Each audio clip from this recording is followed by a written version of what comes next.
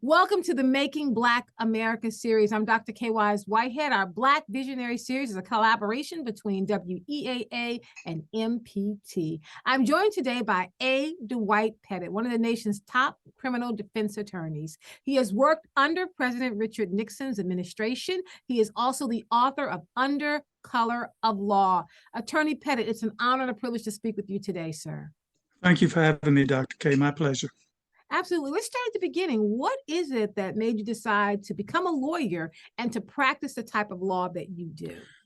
Well, my father had always indicated that he wished that he had gone on to law school, but something happened to in my childhood which solidified that, and was the fact that he was an engineer and got transferred to Aberdeen, Maryland, and I was about 14 years old, and the schools were segregated. And so he brought me to the attention of going forward with federal litigation. And I had the greatest dream team in the history of the nation. I had Thurgood Marshall, Jack Greenberg, Tucker Dern, and Juanita Jackson Mitchell. And so working with those lawyers in federal court as a child at 14 years old, I just became infatuated. And there was no doubt that that's what I wanted to do in terms of my future. Now, for a lot of us, when we think about President Richard Nixon, we think of I am not a crook. We think of Watergate. But you actually worked under his administration. Your career began under his administration. Can you talk about some of your time with working under President Nixon's administration? Well, I was a member of the Small Business Administration, not a member. I was at Howard Law School. And the Nixon administration was recruiting minority lawyers for affirmative action. They came to Howard, they interviewed me, and they were very interested in me, and they hired me. And I had the opportunity when I came into the administration to work on one of the biggest affirmative action cases in the nation, the Big Four case, which was dealing with reverse discrimination.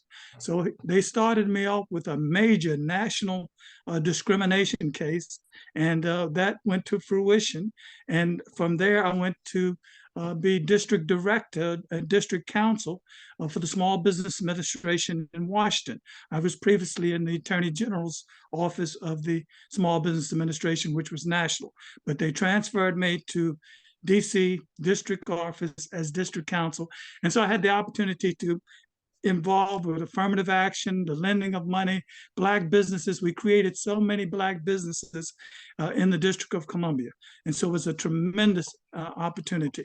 And so when I decided to practice law, they also allowed me to, in fact, sue the Maryland State Bar in relationship to discrimination and get through the bar in terms of being an attorney. So the Nixon administration was not all bad as it sounds. They were about putting Black capital, Black money into the Black community. And they were serious about that. And I met some of the greatest Black leaders in the Nixon administration, Connie Mack Higgins, Win Smith, and so forth, that I didn't even know these Black people existed in a Republican administration. But they were serious about putting money into Black businesses and into the Black community. They weren't into civil rights in terms of legislation, but they were into economic development.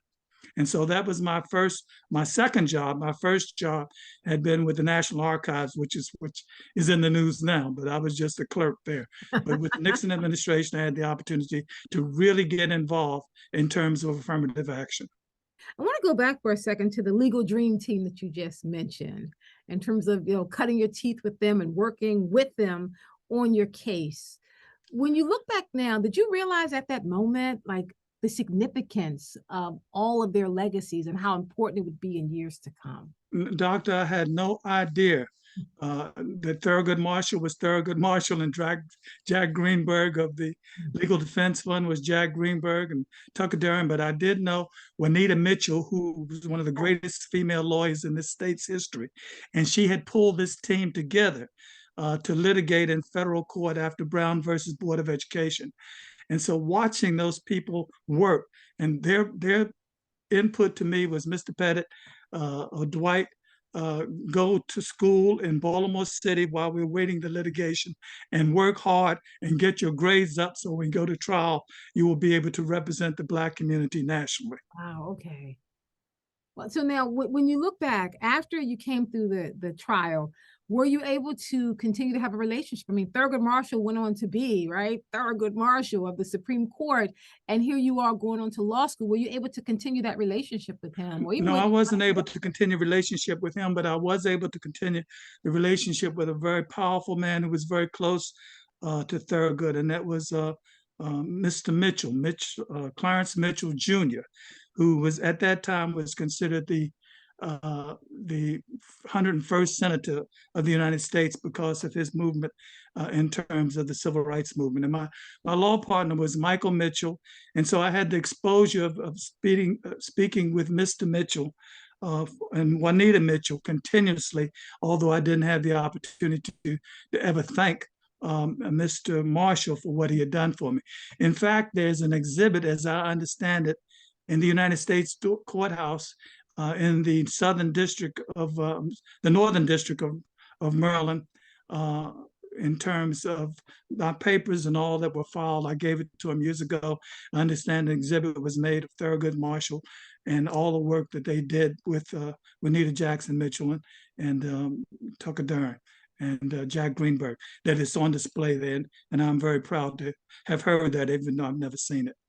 Now, to pull that forward, you're actually known as the people's lawyer, where you have represented so many individuals in high-profile discrimination cases that you have helped so many Black people, people of color, fight for their rights. As an attorney, how do you reconcile the fact that here we are again fighting for our rights? It's almost as if we're back in the middle of some of the same struggles that we fought before. Or maybe that's how it appears from where I sit. With your long eye of history, have we come full circle, or really does it show we're moving ahead? No, we've come full circle, and history is repeating itself. But let me just put something in, if I may, Doctor. I was very blessed on the fact that my father, who had started all this with my integration of the schools, sued the federal government, and he got Juanita Mitchell as his lawyer. And they fought for years until he was finally victorious, but there was no financial relief for him. But by that time, I had graduated from law school, or was in law school, graduated, and I called him and said, "Can I take your case?" And his case was Pettit versus the United States, which became the major case in the nation in terms of discrimination in employment. I had the opportunity to argue that case before the second highest court in the nation, the United States Court of Claims. And we won on a 4-3 decision. And that case was so important because it established that executive orders could, in fact, eradicate discrimination, number one. And number two, the but-for case, which says if you have been discriminated and you were qualified, then the government had the burden to show that it was not a racial discrimination. Can you talk for a bit, Mr. Pettit, about voting rights? Because we all understand and have talked about or thought about the 1965 Voting Rights Act. We also understand that this fight now, particularly with the Supreme Court kind of whitewashing aspects of it, is the reason why we're pushing so hard to get this solidified into law. Can you help us to understand what is actually happening with our voting rights? Well, all the states in this nation, they have moved to, in fact, restrict our voting rights. And there were voting rights bills in the early part of the Biden administration. He didn't move on them significantly enough as he should have been. And I wrote the Vice President of the United States telling her, Ms. Harris, how significant this was. But so they missed the ball. And as a result, the states went back and began to pass all of these archaic laws to, in fact, restrict Black folks from voting, just like we saw after the Civil War in terms of the restrictions in the South. They just became more sophisticated about it. And history has shown us that when Black folks vote, we are the moral conscience of this nation. When we vote with the midterms coming up and so forth, we can actually make a difference in this nation in terms of civil rights, housing, employment, discrimination, justice in the courts, and what have you. And so it's so necessary that we participate in terms of our opportunity and our rights to vote, and that we preserve that.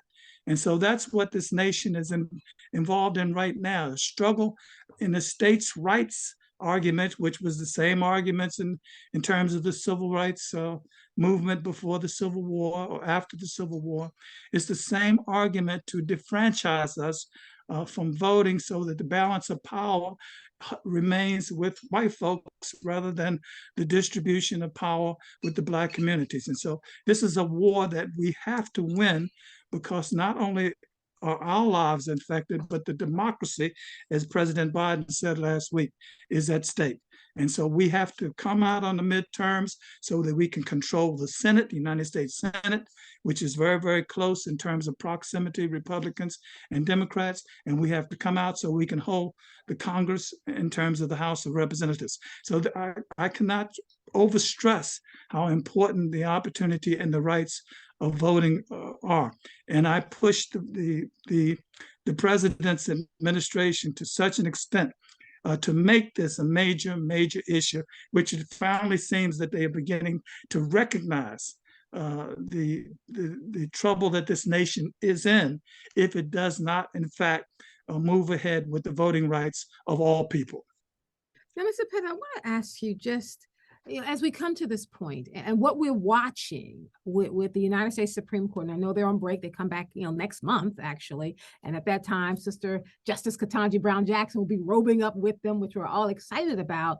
But we're watching as Clarence Thomas, in so many ways, has become one of the most powerful men in this country, as where he sits with the Supreme Court and the way he is beginning to influence the justices that are on the Republican side.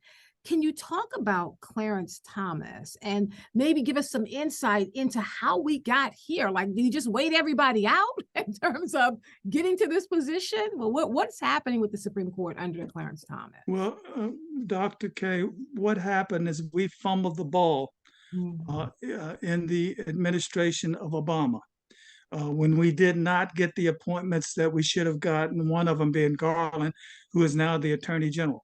And we let the Republican Party seize the momentum and therefore get appointments that they should not have been able to get, and be able to take the ball game into an illegal opportunity when they put three justices, or Trump put three justices on the Supreme Court. Now, this is why they love Trump so much in terms of the right wing. Let's give him credit. In terms of his constituency, the right wing racist Republican Party, he in fact delivered, because he in fact took control of the court. And the court had been a 5-4 majority of progressive people. And now the court is 6-3 in terms of conservatives. So after the Trump's appointment, we see the court rolling back history all the way to states' rights, to abortion, to anything that you can think of. They're moving in the reverse of the majority of the American people. And why do I say the majority? Because the majority of the American people are against the things that the Supreme Court are now participating in. These decisions are horrible. And the fact that we have I don't want to call him any names, but such a obsolete and such a historically negative person in terms of Clarence Thomas, who came in through Bush, who is now part of that conservative majority. And so he has been a disgrace to Black people. He has been a disgrace to the law, and he has been a disgrace, he and his wife, to the principles of justice. So that leads me into talking about Donald Trump, because, you have this legal eye, this long eye of history. We just saw the feds go into Mar-a-Lago talking about these documents that they've been gathering that are supposed to be really important, that they're not supposed to be able to access, shouldn't be leaving the White House unless they're, heavily guarded. Can you talk a little bit about what that means for where we're going forward, and whether or not, as a lawyer, you think they're going to actually be able to hold Donald Trump accountable for at least this last action that he's been involved in?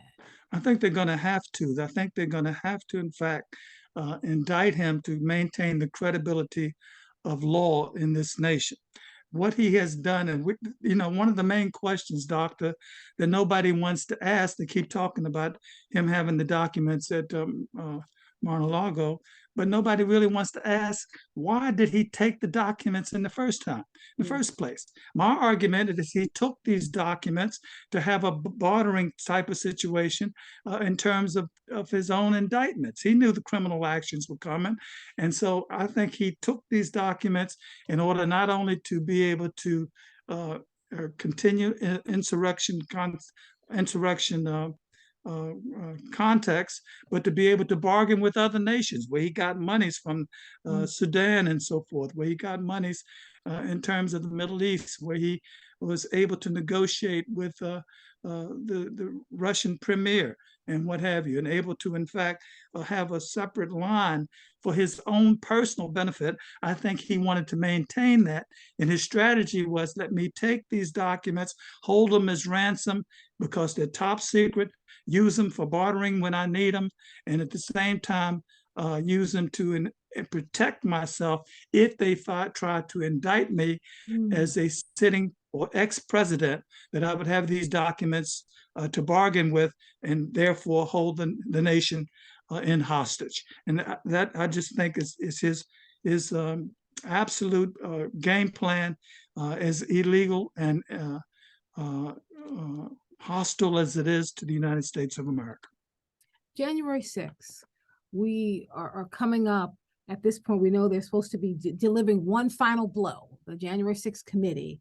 But thinking about it, and as someone who's not a lawyer, trying to understand what is happening and why no one who is in a position of power is actually being held accountable in the way we've always thought they would be. Like, if you commit this kind of act, a terrorist act in so many ways, against the American government, at the Pentagon, on national television, the thought was something was going to happen. Is it that they can't find whoever's responsible? Is it that they don't have the legal stance to be able to do anything? Like, what's your opinion on that, Mr. Pettit? What Donald Trump did was treason and sedition, and there are laws that govern that. I think the statute for sedition is 20 years.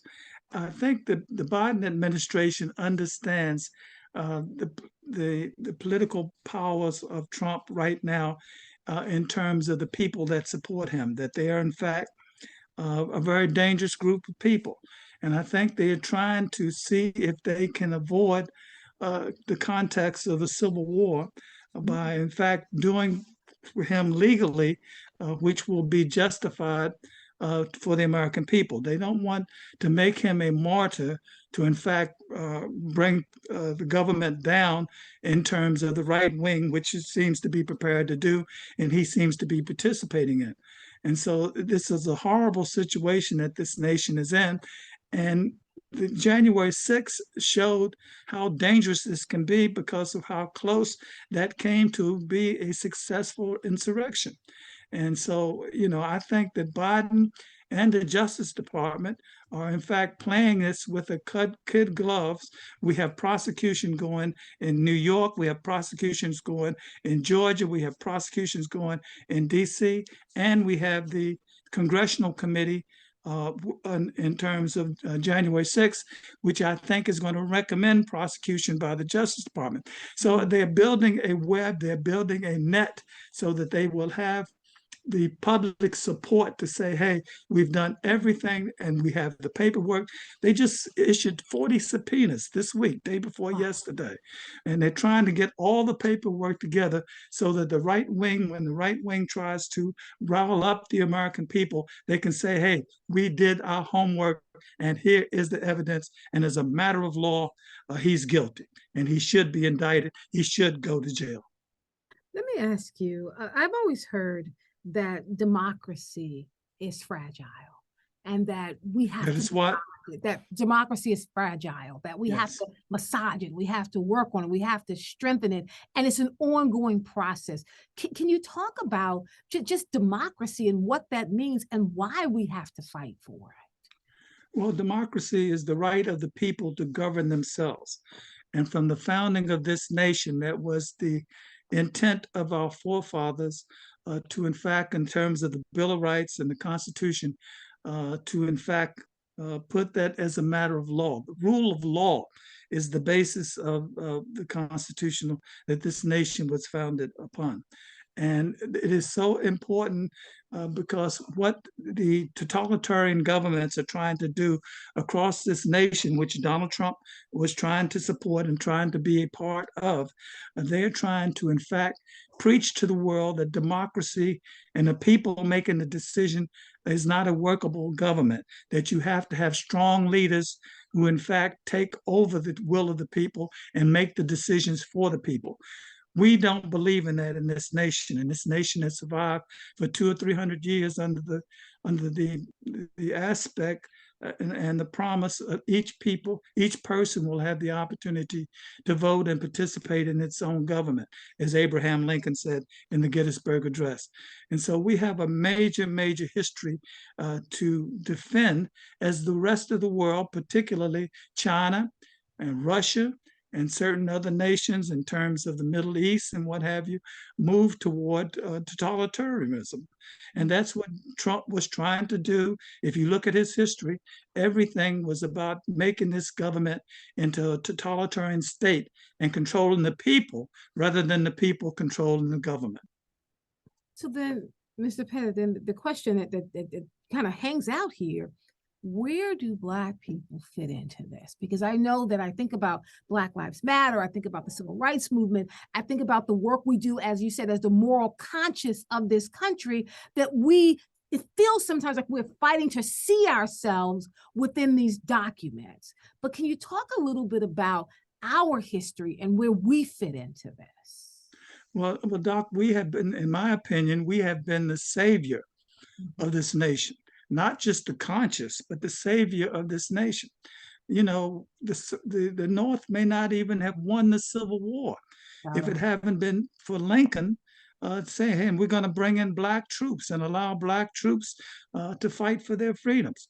The civil rights movement with Martin Luther King and so forth was spearheaded by Black folks. When Black folks have participated, not only have they been the conscience of this nation, they have been the will of this nation, not only to preserve themselves as a race of people, but to in fact preserve this nation as a democracy. And so we are so instrumental. And fortunately, we are in the states, in the urban environments, which in fact control the situation with the nomination and the making of the president in terms of the electoral college and what have you. And they understand that, and they're trying to, in fact, remove the power of the nation back to the rural areas, back to the states' rights, which they've argued for years and years and years, which is states' rights, meaning that the minority will control the majority. And we've been able to defend that.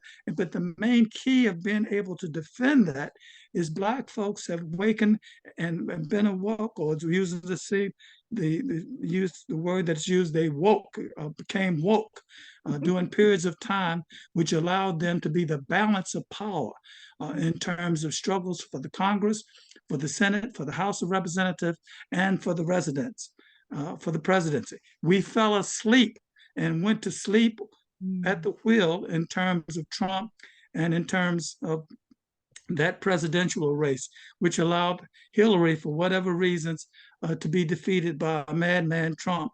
And in fact, we did not exercise the powers that we have shown historically that belong to us. And that's why where we are right now is the crossroads of American history, more so, if not the same, as the Civil War back in the 1800s.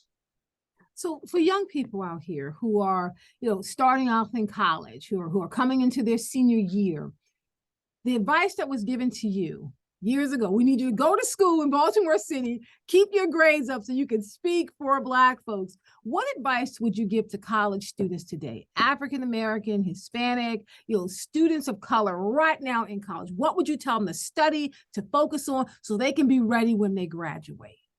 Yeah, doctor, they have to keep their shoulders to the wheel academically.